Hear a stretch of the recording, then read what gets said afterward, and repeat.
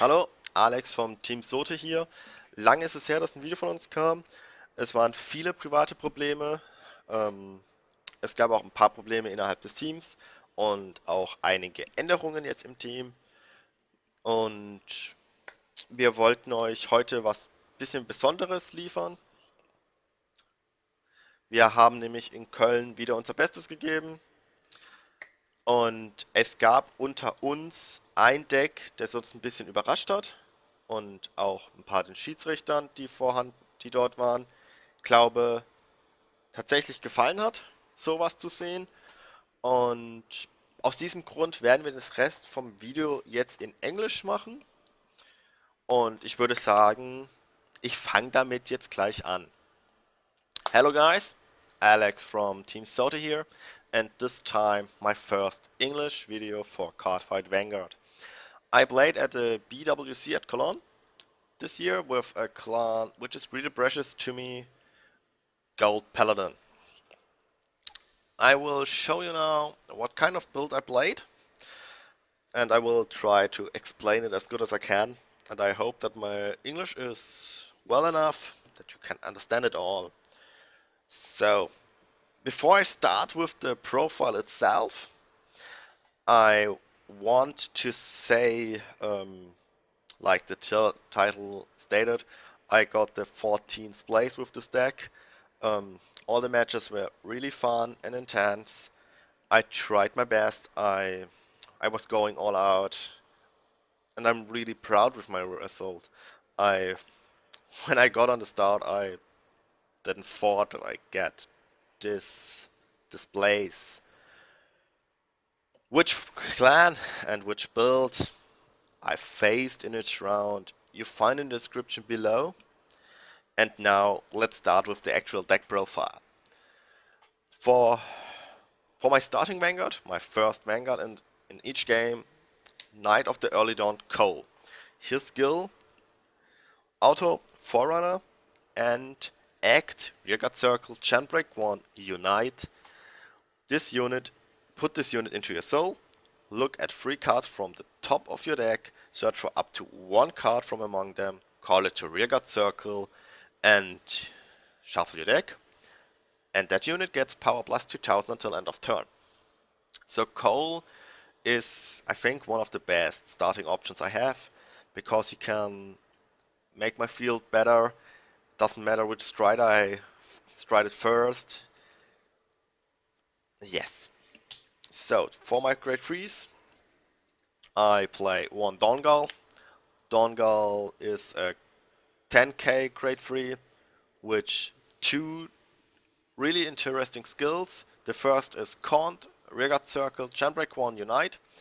This unit gets Intercept and Auto. When this unit intercepts, this unit gets Shield plus 5k until end of that battle. His second skill is an Auto skill. When this unit is placed on Rearguard Circle, this unit gets Boost until end of turn. So Dawngull is, I think, one of the best all-rounding cards we saw in Cardfight Vanguard. He can be called on Rearguard Circle, get the boost ability when he's in the front row, and in my opponent's turn I fulfill the requirements for Unite. He can intercept like a grade 2. Really great. Now for the main boss of this deck, and I could say my avatar card, Sunrise Ray Knight Gurgit, playing him as full playset.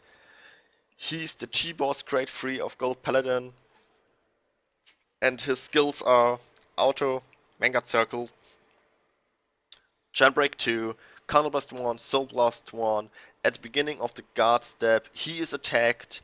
I can look at the top 4 card from my deck, search for up to 1 card, call it on Rearguard Circle in rest, and shuffle the rest back in my deck. So he can guard in my opponent's turn from my deck. Really great. His second skill is Auto, Vanguard Circle, Counterblast 1. During my turn, when a G unit strides on him, I can look at the top 4 cards from my deck, search for up to 1 of them, call it to a Rearguard Circle, shuffle my deck, and the unit called gets power plus 2000. Really great, really good stride bonus skill, and his Gen Break 2 is a little bit harder to use, but when you're using it right and building the deck right, you can really play good games with him. So, the last slots I got in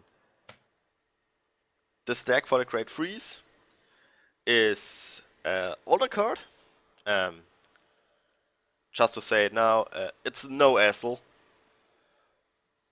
It's Awakening Liberator Freed. His skill auto limit break 4, counterblast 1. When he is placed on Vanguard Circle, I can pay the cost, and if I do, I can look at 2 cards from my deck. If those cards are gold paladins, I can call them to separate open rearguard circles and put the rest on the bottom of my deck. So he's a really great comeback card. If you don't have any resources left to activate Unite and have Freed and the option to Stride, you can just ride Freed using his limit break, Stride to Glorious Raining Dragon or Sunrise Radiant Sword Gurgit, and give a last try. Really good for an older promo card, which, well, let's say I've forgotten myself that he exists. Really good. So for my grade 2s, I have 3 Knight of the Remaining Sun Henriness. His skill auto Genbreak 1, Counterblast 1, Soul Blast 1. When this unit is placed on rearguard circle, you may pay the cost. If you do, look at 3 cards from the top of your deck, search for up to 1 card from among them, call it to rearguard circle, and put the rest on the bottom of your deck in any order. Then, if you have a Vanguard with Gurgit in its card name, this unit called with this effect, also their unit called with this effect, and this unit gets power plus 3000 until end of turn. So he's an on-place caller. I can play him from my hand, superior call him, call again, and he powers up himself and the called unit when I have a Gurgit on my Vanguard circle. He's a really good card. I think he's the best Glimmerpref clone existing because he do not need Gurgit as Vanguard for his full skill, only for the last half. Then I play 2 Knight of the Spring Slide Perimore. He has 2 skills. The first is Cont, Rearguard Circle Unite. He gets power plus 2000 to be a level attacker. The second skill is auto Genbreak 1, Counterblast 1. When this unit is placed on Rearguard Circle, I can pay the cost, look at 3 cards from top of my deck, call 1 card from among them to a Rearguard Circle in the same column as Perimore, put the rest on the bottom of my deck. So he's also an on-place caller, with the problem that he have to call in the same column. The best target would be some kind of booster. In the really best situation, it is Dawngull. So he is a 21 attacking lane, which would be really great. But with his problem to be only able to call in his column, I have he only at 2. But his Unite skill is a non-Chantbreak restricted Unite skill, which is really nice. Then I have 2 Holy Mage Pivel, auto Rearguard skill, Rearguard Circle, Genbreak 1, Counterblast 1. When this unit attacks a Vanguard, if this unit is boosted, you may pay the cost. If you do, look at 3 cards on top of your deck, search from among, chose up to 1 from among them, call it to Rearguard Circle, shuffle your deck. So Pivel allows me to make a new attack, comboing in something, and so on.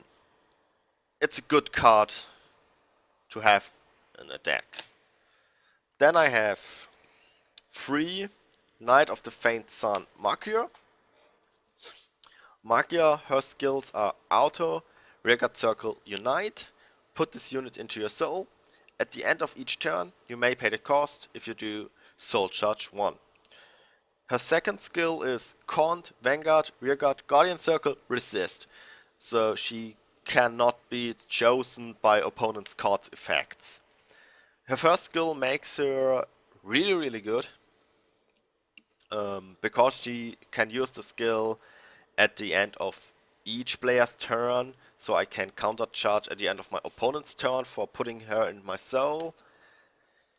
And I think she's one of the first Unite cards we got spoiled. So after reading her the first time, I was a little bit hyped how Unite will be like, and I like it how it turned out. So now for the last grade 2s. I think most of you expect now Budogal, but I play Knight of Autumn Light Regan, which has the skills Count, Rearguard Circle, Unite. If you have a grade 4 or greater Vanguard, this unit gets power plus 3000. And she has also the Resist skill. So she could not be targeted by opponent's cards effects, and she is a 12k attacker. So the only reason I have her in my deck is that I recognize that my biggest issue is when I get my attacks blocked or locked down. So when I attack with a Regan running into a Balog or Denial Criven or with another attacker and he will get destroyed, I cannot use him to intercept, to paying costs or something like that. Or when I run into a Freeze Ray in a Messiah matchup, normally the Freeze Ray player will lock down your other rearguard, which has not attacked now, but Regan just says, no, I will stay there and I will attack you because I have resist. Really good, I like her for this reason, and she, in the BWC, she did as I thought. I had 2 of them on my front row rearguard circle against the Messiah player, which was on Freeze Ray, and he couldn't lock them down, which is really nice. So for my grade 1s, this is a little bit quicker because most of the skills are easy to explain. First I play 4 Dawning Knight Gobberdocks. Gobberdock is the Stride Fodder for Gold Paladin, and also the Gurgit Searcher. Every clan has one, so nothing more to say about his skill. Then I got 3 Knight of Morning Light Horser. Horser is my peer clone, and his skill is Auto, Rearguard Circle, Genbreak 1, Unite. When your other unit is placed on Rearguard Circle, choose one of your other units in the same column as this unit, and that unit and this unit gets power plus 2000 until end of turn. So Horser will power up my field, my lanes, or also my Vanguard if I'm calling more cards from my hand, from my deck, or something like that, to mostly insane numbers. And when using him in the right situation and with the right other cards, he's really great. Then I play 2 Sunrise Knight. Sunrise, no, Sunrise. Sunshine Knight Jeffrey. Auto, Rearguard Circle, Genbreak 1, Unite. Put this unit into your soul. At the end of the battle, this unit boosted. You may pay the cost. If you do, draw a card. Easy to understand draw engine. Also building up my soul a little bit. Playing him at 2 is enough. So then I have 1 Night Throwing Knight Maliagant in my deck, which is easy to explain. He's Soul Blast 2, Counter Charge 2 unit. when he's placed on rearguard circle, making even more calling possible. So now for my Sentinels. First of all, I play 3 Halo Liberator Mark. He is a normal non-G era PG Perfect God, so he can be used through superior calling in my Guardian Circle as Perfect God, which is really important in this deck, so to have more defense power even through superior calling. And the last Sentinel I have is Holy Mage Lavinia, which is a G era Perfect God, so her Perfect Guarding skill can only be used from my hand and only for my Vanguard, but I don't play her for this, I play her for her other skill. Her second skill is Auto Chainbreak 1 Unite. Choose one of your other rearguards and put it on the bottom of your deck. When this unit is placed on rearguard circle from your deck, you may pay the cost. If you do, at the end of the turn, return this unit to your hand. So she will send back a card from my field to the bottom of my deck. Mostly I will reset my deck a little bit through this. In the best situations I will put a trigger back under the deck, but the best part is I can put her at the end of the turn in my hand. And the main issue with perfect guards in Gold Paladin, you don't want to call them because you need them in your hand. And Lavinia says, hey, you want to call me because I will come back to you. I will guard you. So I like her a lot. And also she's a redhead. I like redheads. So my trigger lineup is 4 Q-able angels. My heal trigger, really sweet and cute. Beautiful card. Then I play 4 Scarface Lions. Scarface is the Gurgit based critical, stable in this build. Everyone knows how this criticals works. They go to the soul when the named Vanguard attacks, gives the Vanguard plus 5k and you draw a card. Then I play 3 of one of the oldest criticals Gold Paladin have. Flame of Victory, easy skill, act. When he's on the rearguard circle, you can put him in the soul to give a unit plus 3k. So, the next few, or the last 5 cards in my main deck are my stand triggers. I play 4 Player of the Holy Pipe Gary. Gary has a Cont Rearguard Chainbreak 1 Unite skill, which is this unit gets power plus 3000 and outer rearguard circle. And the end of the battle that this unit attacked or boosted, put this unit into your soul, counter charge 1.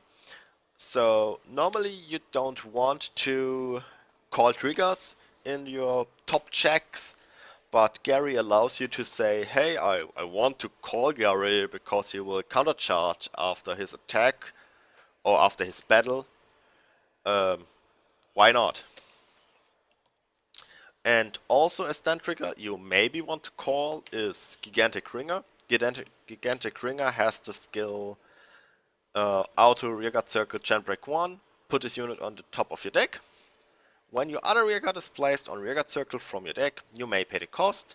If you do, shuffle your deck, draw a card, and that unit gets power plus 5000 until end of turn. So when he is on a rearguard circle and you're superior calling something on the other rearguard circle, he will just say, hey, you get plus 5k, I go back to the deck, and draw a card. Really good. So, for my G-Zone, I have 1 Golden Knight of Incadence Approx, Auto, Counterblast 1, Soul Blast 1. When he's placed on Vanguard Circle, I can pay the cost. If I do, look at top 2 of my deck, call one of them, and the other goes to the bottom. Really easy skill, but I explain when he's a good option. The second first red option is Golden Dragon Scourgepoint Dragon. I think the most of you knows him. He has the auto skill on Vanguard Circle. When a unit is placed on Rearguard Circle from my deck, he and the cold unit get power plus 5000. The last first red option is Golden Dragon Rising Shine Dragon, which has the skill Auto Vanguard Circle, Counterblast 1, choose a face down card in my G zone, flip it face up as cost. So when he attacks a Vanguard and hits, I can pay the cost. If I do, I look at top 3 of my deck, calling 2 of them and on separated Rearguard Circles. The last one goes to the bottom. So he is the on-hit pressure first right I have.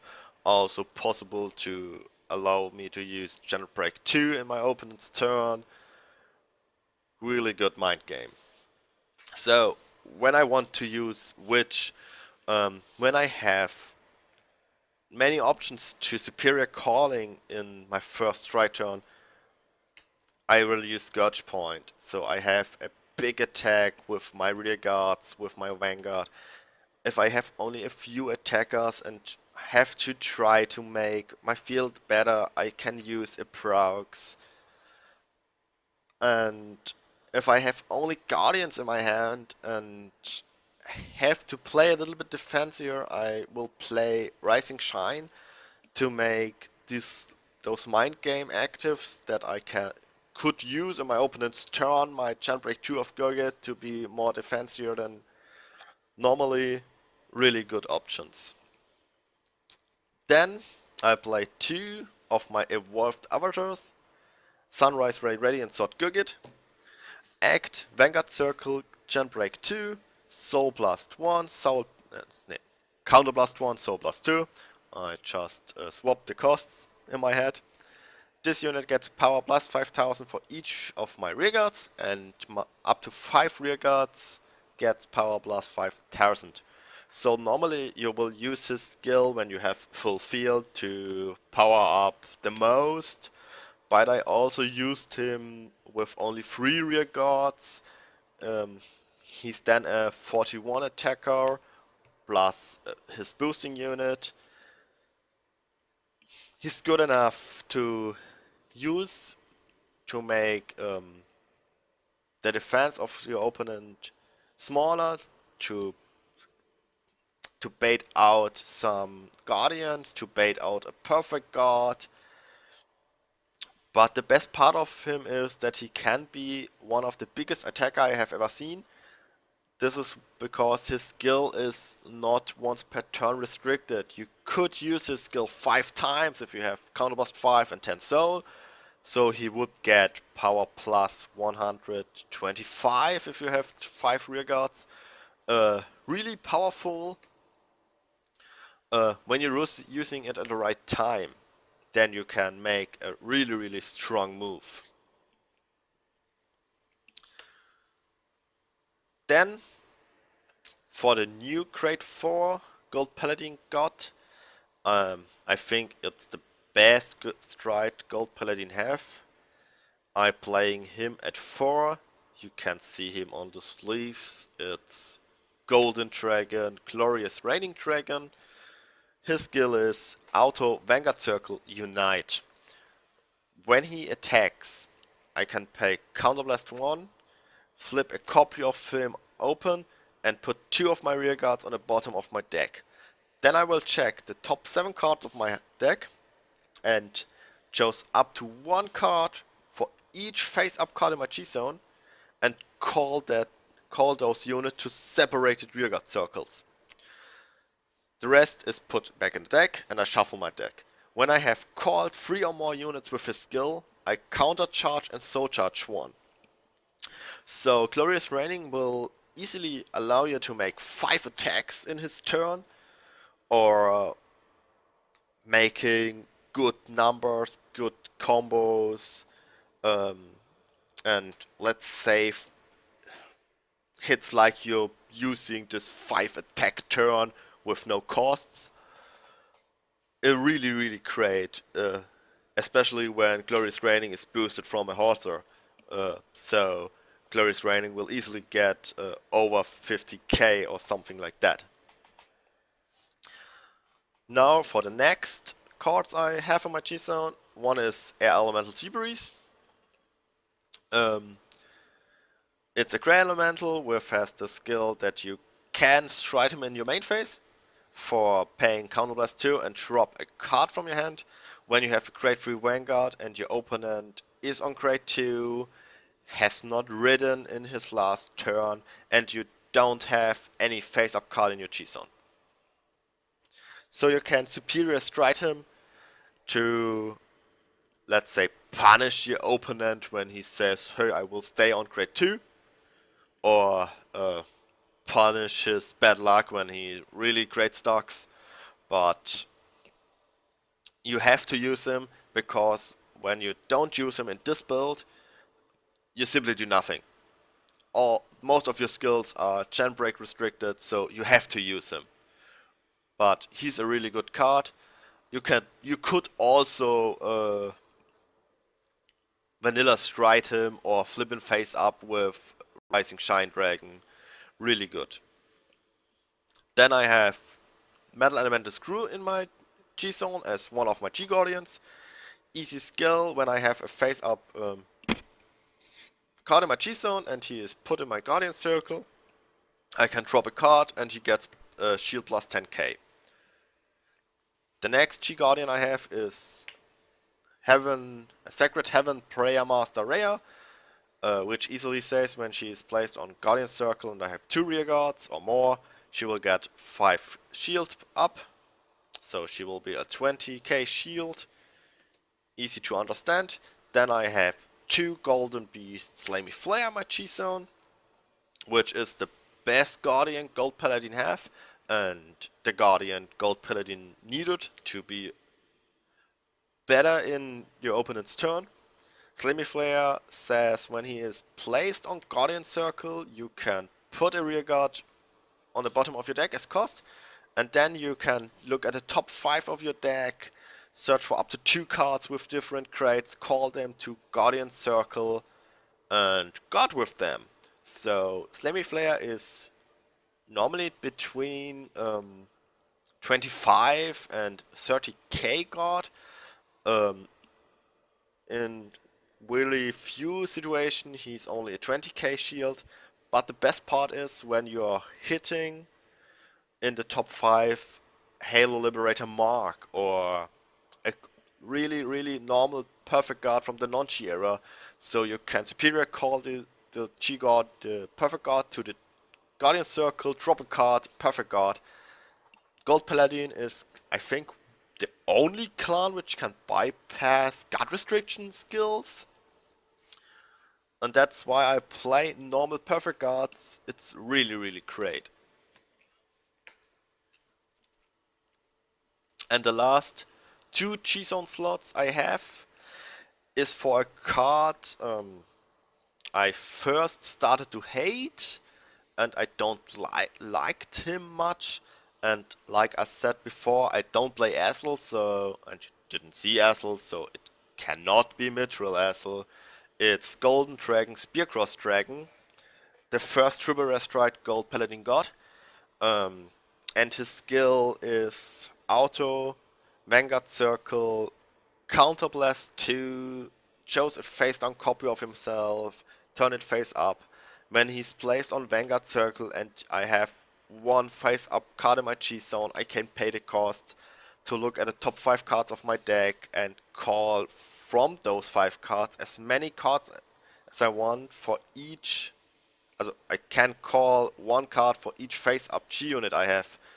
So in the best situation I will call all 5 I just checked to make my field back to full power, and really good. His only problem was that he has to call on open rearguard circles, but the Unite build makes it really easy because most of those units are going to the soul, going back in the deck, going to my hand, etc. And he's one of the biggest comebacks Gold Paladin can have, and just to mention it, my first matchup against Murakumo, I would have lost if I didn't have Spearcross Dragon, because Spearcross Dragon comes as last stride, calling my field back to full power and making my deck really low. I think there were 4 cards or 5 cards left with 3 triggers in it. So it was really obvious that when I will attack with Spearcross Dragon, that I will trigger. So that's one of the best parts Spearcross can make. Spearcross is your comeback card you have. And I think every person who says Spearcross is not a good card should overthink of him. I mean, you just need to play him at 2, that you can use him once when you have to. It's really good. So, to explain the combos of this deck, I think I will make a separate video, because it's a little bit more to explain, and I